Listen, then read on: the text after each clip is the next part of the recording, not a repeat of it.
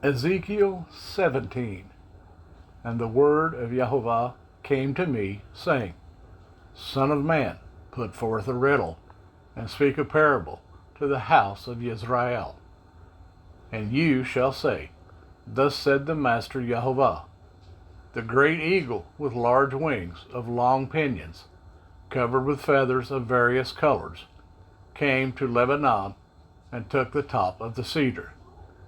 He plucked off the topmost of its young twigs and brought it to a land of traders. In a city of merchants he placed it. He also took some of the seed of the land and planted it in a field for seed.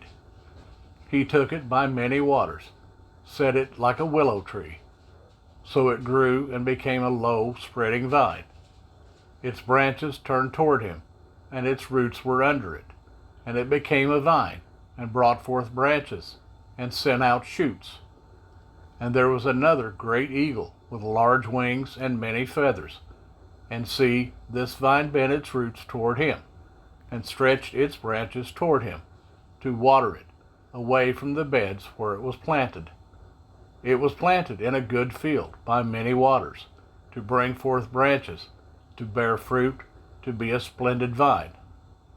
Say, Thus said the Master Jehovah, Is it going to thrive? Is he not going to pull up its roots, and cut off its fruit, and let it wither? All of its sprouting leaves wither, without great power or many people, to pluck it up by its roots. See, it is planted. Is it going to thrive?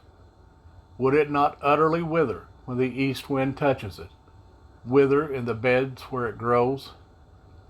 And the word of Jehovah came to me, saying, Please say to the rebellious house, Do you not know what these mean? Say, See, the sovereign of Babel went to Jerusalem, and took its sovereign and heads, and brought them with him to Babel. And he took one of the royal seed, and made a covenant with him, and put him under oath. And he took away the mighty of the land, so that the rain would be brought low, and not lift itself up, but guard his covenant, that it might stand. But he rebelled against him by sending his messengers to Mitzrayim, to give him horses and many people.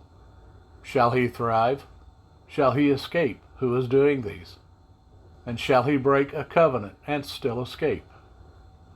As I live, declares the Master Jehovah, in the place where the sovereign dwells, who set him up to reign, whose oath he despised, and whose covenant he broke, with him in the midst of Babel he shall die.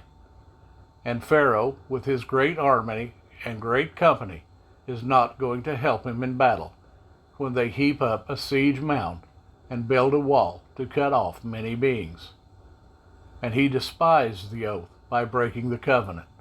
And see, he has given his hand, and he has done all this. He is not going to escape. Therefore, thus said the Master Jehovah, As I live, my oath which he has despised, and my covenant which he has broken, shall I not put it on his own head? And I shall spread my net over him, and he shall be taken in my snare. And I shall bring him to Babel, and enter into judgment with him there for the trespass which he has committed against me. And all his fugitives with all his bands fall by the sword, and those who are left be scattered to every wind. And you shall know that I, Jehovah, have spoken. Thus said the Master Jehovah, And I shall take the top of the highest cedar and set it out, and I myself shall pluck off a tender one from the topmost of its young twigs, and plant it on a high and lofty mountain. On the mountain height of Israel I plant it, and it shall bring forth branches and bear fruit, and become a big cedar. And under it shall dwell birds of every sort. In the shadow of its branches they shall dwell. And all the trees of the field shall know that I, Jehovah, have brought down the high tree, and exalted the low tree, dried up the green tree, and made the dry tree flourish. I, Yahovah, have spoken and shall do it.